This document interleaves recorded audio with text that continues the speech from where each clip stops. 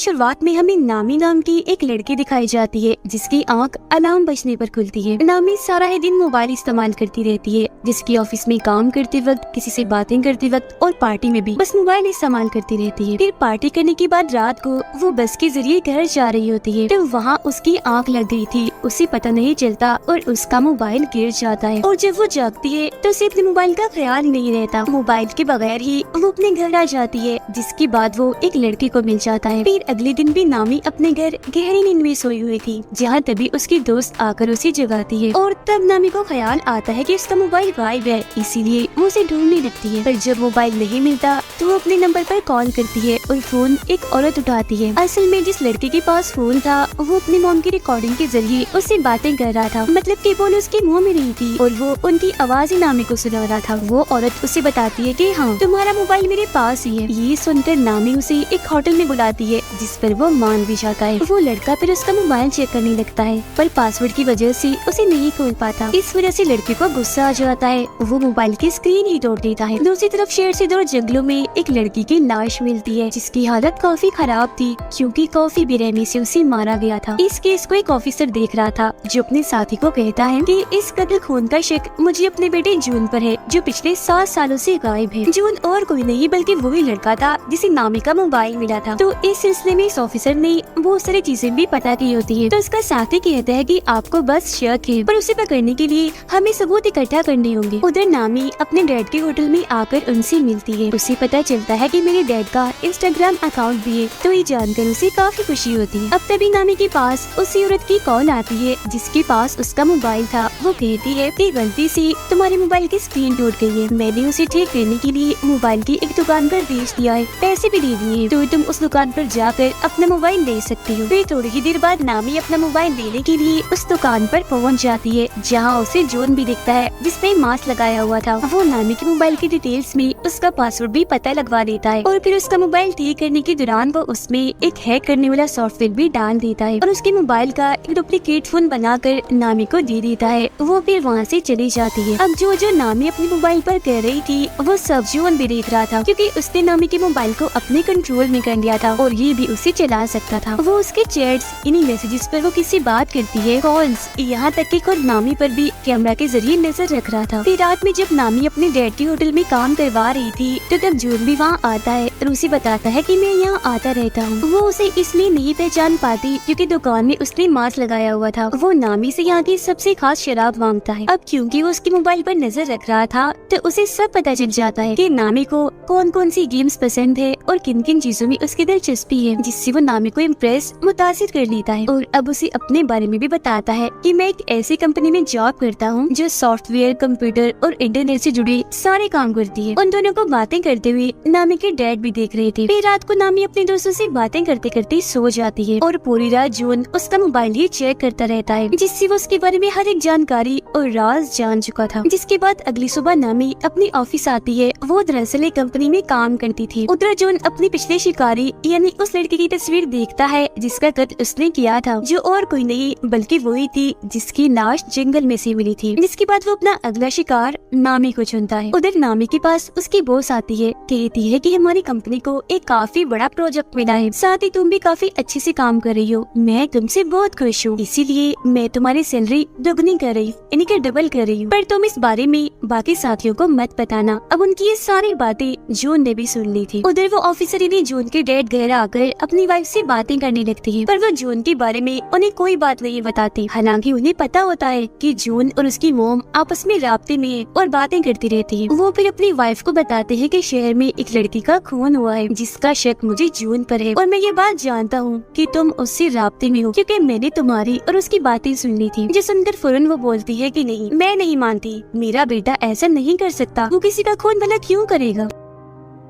ठीक इसी वक्त ऑफिसर के पास उनके दोस्त का मैसेज आता है, जो कहते हैं कि मुझे जून की लोकेशन का पता चल गया है, यानी वो जहाँ रहता है उस जगह का पता। उधर नामी अपने प्रोजेक्ट पर काम कर रही थी, काफी खुश थी वो, जबकि जून उसके घर जाता है और उसकी सारी चीजों को चेक करने लगता है, जिनमें उसे नामी का दूसरा मोबाइल भी मिल जाता है, यानी वो एक नहीं 2 मोबाइल इस्तेमाल करती है। उधर ऑफिसर की साथियों ने बताती है कि जिस जगह के बारे में मैंने आपको बताया है, इन्हें जून की लोकेशन पता चला है कि वो वहाँ सबसे चोरी रह रहा है। तो वो ऑफिसर अपनी जून की डेट उस जगह पर जाने के लिए अकेले ही निकल पड़ते हैं। वो जब वहाँ पहुँचते हैं तो घर के अंदर भी चले जाते हैं और हर जगह की तलाशी लेने लगते हैं। साथ ही उन्होंने यहाँ की तस्वीरें भी बना ली थी। मरने वाले लड़के की मोम के बारे में भी इन्हें पता चल जाता है। इतनी ही देर में जून भी बाहर आ गया था। वो ये बात जान चुका था कि घर के अंदर कोई घुस आया है, इसीलिए चुपके से जब वो अंदर झांकता है तो अपने डैड को वहाँ देख लेता है। अंदर उसके डैड को लाश के नाखूनों पर लगी नेल पॉलिश भी मिल जाती है, जिससे उन्हें पता चल चुका था कि ये खून मेरे बेटे जून ने ही किया है। अब चालाकी से जून अपने डैड को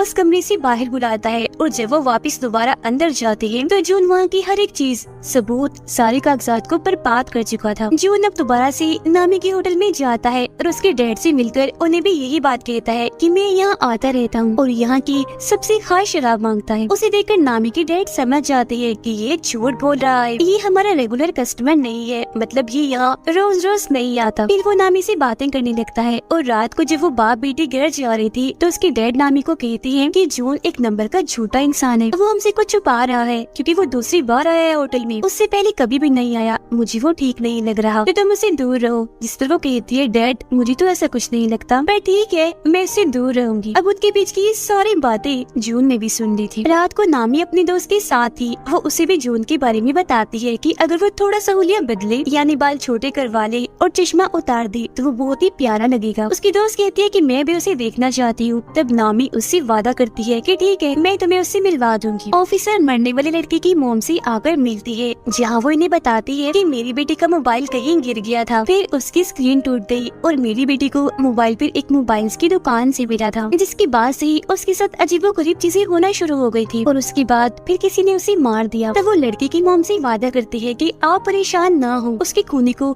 हम ढूंढ कर ही रहेंगे। नामी की डैड पर जब किसी काम से बाहर आते हैं तो जून उन पर हमला करके उन्हें पकड़ लेता है। इसी रात पुलिस को जंगल में से एक साथ 8 लाशें मिलती है, जिस वजह से ऑफिसर को काफी दुख होता है। फिर सुबह जब नामी की आँख खुलती है तो वो देखती है कि उसकी बॉस की तकरीबन 8 कॉल्स आई हुई है। साथ ही उसे अपने मोबाइल पर बहुत सारे मैसेजेस भी मिलते हैं, जिनमें उसने अपने दोस्तों को काफी बुरा भला कहा होता है। इसके अलावा अपने बॉस के बारे में भी काफी उल्टी सीधी बातें की हुई थी। एक पोस्ट भी डाली थी जिसमें उसने बता दिया था कि बॉस ने मेरी सैलरी दुगनी कर दी है। फिर वो अपने ऑफिस जाती है, जहाँ उसकी टीम उसे काफी नाराज थी। वो सबको बताती है कि मैं नहीं जानती वो सब किसने किया, क्योंकि मैंने तो एक भी मैसेज, एक भी पोस्ट नहीं की, पर कोई भी उसकी बात का यकीन नहीं करता और उसे वहाँ से निकलने का कहती है। वो अपनी बॉस से भी बात करती है, पर उसकी बॉस ने भी जॉब से उसे निकाल दिया होता है। वो उन्हें भी काफी समझाने की कोशिश करती है कि देखिए मेरी बात का यकीन करिए, कोई भी पोस्ट, कोई भी मैसेज मैंने खुद से नहीं किया, मुझे लगता है किसी ने मेरा मोबाइल हैक कर लिया है, कोई मुझे फंसा रहा है, मतलब मेरे मोबाइल को कोई अपने कंट्रोल में लेकर चला रहा है, तो जरूर उसी ने किया होगा। जिस पर उसकी बॉस उसे ये साबित करने का कहती है और धक्के मारकर उसे वहाँ से निकाल देती है। इस चीज से उसे काफी दुख होता है। वो सीधा अपने दोस्त के पास जाती है और उसे सबके बारे में बताकर काफी रोने।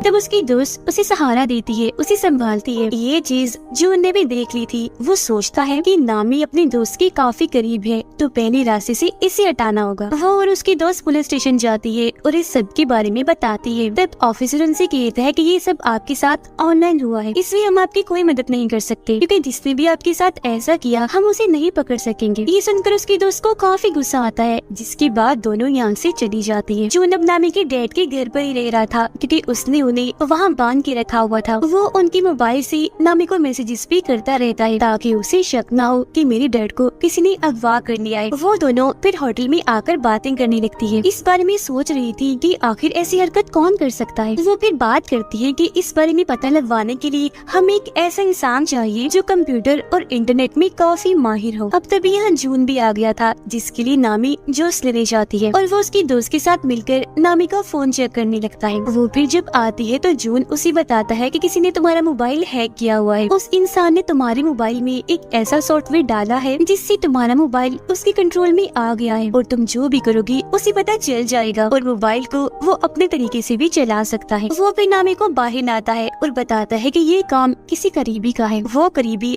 जिसे तुम्हारे मोबाइल का पासवर्ड भी पता है, क्योंकि पासवर्ड खोलने के बाद ही उसने ये सब किया होगा ना। अब तभी उन दोनों की तस्वीर चुपके से नामी की दोस्त बना रही थी, जिससे उसे काफी अजीब लगता है। वो फिर होटल में जब आती है तो उसकी दोस्त उसे एक खबर दिखाती है जिसमें पुलिस को एक साथ 8 लाशें मिली थी। अब उसकी दोस्त नोट कर लेती है कि नामी मुझसे बात नहीं कर रही। वो उससे इसकी वजह पूछती है कि तुम मेरी बात क्यों नहीं सुन रही, तुम्हारा मूड भी खराब है, क्या हुआ, नाराज हो? जो सुनकर नामी भड़क जाती है, कहती है कि मुझे तुम पर शक है, ऐसा मेरे साथ तुमने किया होगा क्योंकि मेरी पासवर्ड तो सिर्फ तुम ही जानती हो। जो सुनकर उसकी दोस्त को काफी बुरा लगता है। वो कहती है कि तुम कल के आए उस लड़के जून की वजह से मुझ पर शक कर रही हो। ठीक है, अगर तुम्हें ऐसा ही लगता है तो मैं तुमसे दूर चली जाती हूँ। इतना कहने के बाद वो नामी से अपनी दोस्ती तोड़कर चली जाती है। वो काफी दुखी थी, रो रही थी और ये चीज जून भी देख लेता है। उधर पुलिस मरने वाले लोगों की लाशें जब उठा रही थी तब उनका सामान भी देखा जाता है, जो देखकर ऑफिसर काफी परेशान हो गए थे। तब उनका साथी कहते हैं कि ये काम आपका बेटा ही कर रहा है, हम जानते जन क्योंकि चीजें काफी आगे तक निकल गई हैं। तब ऑफिसर कहती है तो सबसे पहले तुम उस मोबाइल की दुकान को ढूंढो जहाँ जून काम करता है, जिस पर उसका साथी हाँ बोलता है और ये दोनों वहाँ से निकल जाते हैं। नामी होटल में बैठी अपनी और अपनी दोस्त की वीडियो देख रही थी। वो काफी दुखी थी और अपना मोबाइल गिरा देती है जिससे स्क्रीन फिर से टूट जाती है। उधर ऑफिसर और उनके साथी को जो उनकी मोबाइल्स की दुकान मिल जाती है, पर उसने यहाँ की हर चीज को तबाह बर्बाद कर दिया था। लेकिन कुछ पेपर्स के जरिए उन्हें 8 कस्टमर्स के बारे में पता चलता है जो और कोई नहीं बल्कि वही लोग थे जिनकी लाशें इन्हें मिली थी। ऑफिसर बताते हैं कि मुझे 9वीं लड़की की डिटेल्स भी पता है जो मरने वाली है और वो डिटेल्स मुझे जून के घर से ही मिली थी, तो अब हमें उसको बचा लेना चाहिए। जो सुनकर उनका साथी कहता है कि हमें इस सब के बारे में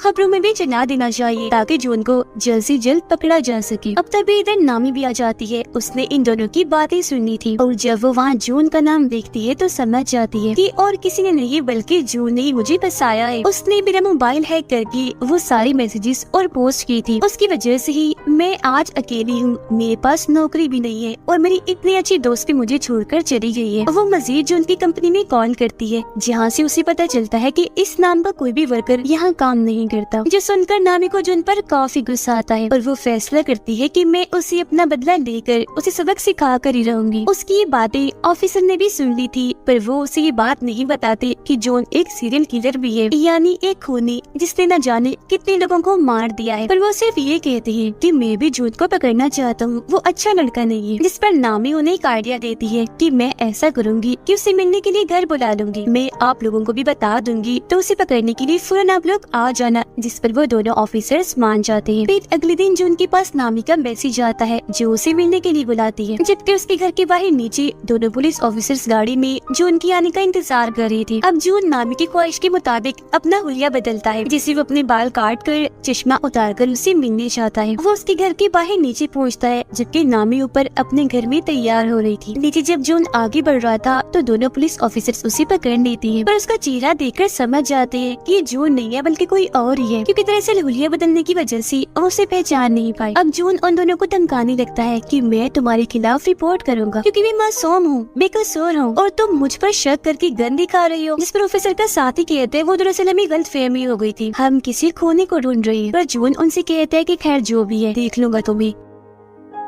इतना कहने के बाद वो वहाँ से चला जाता है, जबकि दोनों ऑफिसर्स ऊपर आकर नामी से मिलती है। वो उन्हें बताती है कि जो उनका मैसेज आया है उसका कहना है मैं मसरूफ हूँ, आज बाद में मिलूंगा। वो फिर कहते हैं कि मैं अपना मोबाइल ठीक करने के लिए दे रही हूँ, तब तक दूसरा मोबाइल इस्तेमाल करूंगी और जब मेरा पहला मोबाइल मुझे मिल जाएगा हम उसे पकड़ लेंगे, जिसके लिए ऑफिसर्स भी मान जाते हैं। अब ऑफिसर के पास पुलिस स्टेशन से कॉल आती है। एक ऑफिसर उन्हें बताता है कि ये बात अब सबको पता चल गई है कि ये सारे खून और किसी ने नहीं बल्कि आपकी बेटी जून ने की है, तो अब से आपको इस केस से दूर रहना होगा ताकि आपको कोई खतरा ना हो। जो सुनकर वो काफी परेशान हो जाती है। अब नामी अपने दूसरे मोबाइल को निकाल कर उसमें अपनी सिम डालती है और ऑन करके उसे चलाकर बाहर आती है। ऑफिसर उसे कहते हैं कि तुम्हारी जान को भी खतरा है तो तुम भी किसी ऐसी जगह पर चली जाओ जहाँ तुम महफूज रह सकती हो। तो वो कहती है कि मैं अपने डैड के घर चली जाती हूँ, वही मेरे लिए ठीक जगह होगी। जिसके बाद वो ऑफिसर्स के साथ वहाँ जाने के लिए निकल जाती है। वो जब वहाँ पहुँचती है तो ऑफिसर उसे अपना कार्ड देता है, जिस पर वो कहती है कि ठीक है कुछ भी हुआ मैं आपसे राब्ता करके बता दूंगी, और घर के अंदर चली जाती है। अंदर आने के बाद वो अपने डैड को आवाज लगाने लगती है कि मैं आ गई हूँ। फिर अपने कमरे में जाकर जब वो मोबाइल इस्तेमाल कर रही थी तो उसे जून के नए नंबर से मैसेज आता है। वो जब उसे कॉल करती है तो फोन बजने की आवाज उसे यही इसे घर से आ रही थी। वो चौंक जाती है और फौरन ऊपर जाकर चेक करती है, पर वहाँ पर कोई भी नहीं था। लेकिन वो फिर भी डर गई थी, इसीलिए ऑफिसर को फौरन कॉल करने लगती है। पर तभी उसका मोबाइल अपने अपने आप ही चलने लगता है। जो देख वो समझ गई थी कि जून ने इस मोबाइल को भी हैक कर लिया है। उसे अपने डैड की फिक्र होने लगती है, तो वो उन्हें हर जगह ढूंढ रही थी जहाँ उसे जून मिल जाता है। वो कहता है कि अगर तुम अपने डैड को जिंदा देखना चाहती हो तो दोनों ऑफिसर्स को अभी मैसेज करो कि मैं यहाँ बिल्कुल ठीक हूँ, महफूज हूँ, तो आप फिक्र मत करना, हम 2 दिन के बाद मिलेंगे। अब ना चाहते हुए भी नामी अपने डैड की जान बचाने के लिए उन्हें ये मैसेज कर ही देती है। वो यहाँ उसे पूछती है कि मैंने तुम्हारा क्या बिगाड़ा था, तुमने मुझे ही क्यों पकड़ा? तो वो बताता है कि मुझे तुम्हारा मोबाइल बस में से मिला था, तो इसीलिए मैंने तुम्हें अपना शिकार चुना, क्योंकि जाहिर है मोबाइल के जरिए मुझे तुम्हारे बारे में सब पता चल सकता था, तो भला मैं तुम्हें फिर कैसे छोड़ता। फिर वो नामी को बाथरूम में उसके डैड के पास लाता है जहाँ उन्हें बांध के रखा हुआ था। वो उन्हें मारने की धमकी देता है। तब नामी कहती है कि तुम मेरे डैड को मत मारो प्लीज, मैं कुछ भी करने को तैयार। जो सुनकर जॉन उसे खुद को टेप की मदद से बांधने का कहता है, और जब नामी उसकी मदद से ऐसा कर लेती है तो वो उसके डैड को डुबोकर मारने के लिए टब में पानी छोड़ देता है। ये चीज नामी भी देख रही थी। दुखी होकर वो रोने लगती है, साथ ही वो जॉन को काफी बुरा बुरा भी कह रही थी, तो वो उसे भी उठाकर ठिकाने लगाने के लिए पर टेप लगा देता है और बार टब में छोड़ देता है जो पूरा ही पानी से भर गया था। वो उसकी तस्वीरें बनाकर उसकी बेबसी पर हंस रहा था और वहाँ से बाहर निकल आता है। उसे ऑफिसर का कार्ड मिलता है जिसके पीछे उन्होंने लिखा था नामी सिर्फ कॉल करना, मैसेज नहीं। पर क्योंकि इसने तो ऑफिसर को मैसेज करवाया था तो उन्हें पता चल गया था कि जरूर ये जून ने किया है, तो इसका मतलब वो यहाँ आ रहे थे जून को पकड़ने के लिए। अब जून को भी एहसास हो जाता है कि ऑफिसर्स घर में घुस आए हैं। वो ऑफिसर के साथी को जाकर पकड़ लेता है, पर पीछे से उसके डैड ऑफिसर आकर उसे पकड़ लेते हैं। मगर क्योंकि ये उनका बेटा नहीं होता तो वो इसे मारने लगते हैं और अपने बेटे के बारे में पूछते हैं। पानी में डूबकर नामी मरने ही वाली थी कि तभी ऑफिसर का साथी उसी पानी से बाहर निकाल कर मरने से बचा लेता है। ऑफिसर उसे मार मार कर काफी जख्मी कर देते हैं और अपने बेटे के बारे में पूछते हैं। तब वो कहता है डैड मैं ही आपका बेटा हूँ, जिस पर ऑफिसर मान भी जाती है। तो वो उन पर हंसने लगता है और कहता है कितने बेवकूफ हो तुम, अपने बेटे की पहचान भी नहीं है। ये सुनकर ऑफिसर भड़क जाते हैं और उसे दोबारा से मारने लगते हैं। उधर नामी को भी होश आ गई थी। वो देखती है कि ऑफिसर के साथी उसके डैड को होश में लाने की कोशिश कर रही है, पर वो उठ ही नहीं रही। ऑफिसर फिर जो उनका बैग चेक करती है जिसमें से उन्हें जो उनके सारे शिकारों का सामान मिलता है, यहाँ तक कि 0 नंबर वाले शिकार का भी, इन्हीं सबसे पहले वाले शिकार का, जो कि असल में और कोई नहीं बल्कि उनका बेटा जून था। इस कोने के पास ऑफिसर की वाइफ और उसके बेटे की सारी डिटेल्स मौजूद थी। इन्हें जो 7 साल पहले गायब हो गया था, असल में वो गायब नहीं हुआ था, 7 साल पहले ही इस कोने ने उसे मार डाला और तभी से जून की पहचान देकर इन्हें जून बनकर लोगों को मार रहा है। ये जानकर ऑफिसर को काफी दुख होता है, इसीलिए वो गन लेकर खूनी को मारने के लिए जाती है। खूनी उन्हें बताता है कि मैं आज भी जून बनकर तुम्हारी वाइफ से बात करता हूँ। कितने भोले हो आप लोग, पता लगवा ही नहीं पाए कि जिसे तुम बात कर रहे हो अपना बेटा समझकर वो तो तुम्हारे बेटे का असली कातिल है। उसकी ये सारी बातें नामी भी सुन लेती है। वो गुस्से से भरी बाहर आती है, ऑफिसर से गन छीनकर उस खूनी को मार देती है। वो फिर देखती है कि मेरे डैड को होश आ गई है, मतलब कि वो जिंदा है। इस बात से जज्बाती होकर वो अपने डैड के गले से लगकर काफी रोती है। फिर उसका इलाज करने के लिए उसे एम्बुलेंस के जरिए हॉस्पिटल भेज दिया जाता है, जहाँ से पुलिस भी सभी मरने वालों की चीजें इकट्ठा कर रही थी। कुछ दिन के बाद सभी को खूनी के बारे में पता चल जाता है, यानी कि वो ऑनलाइन ही इंटरनेट के जरिए ही लोगों को पकड़कर उन्हें मारता है और अब वो मारा जा चुका है। बस इससे ज्यादा और कोई जानकारी नहीं मिल पाती। फिर नामी जब अपने डैड और दोस्त के साथ होटल में थी तो कोई चुप्पी से उस पर नजर रख रहा था, जिसे वो खुद भी देख लेती है, पर समझ नहीं पाती कि ये कौन है। तो या तो ये खूनी ही हो सकता है जो शायद मरा नहीं होगा, या फिर ऑफिसर का बेटा भी हो सकता है, या कोई तीसरा इंसान भी हो सकता है जो अब खूनी की तरह ही ऑनलाइन पकड़ कर लोगों को मारेगा सिर्फ अपनी इंजॉयमेंट के लिए। और इसी सस्पेंस भरे सीन के साथ ही ये कहानी इधर ही खत्म हो जाती है।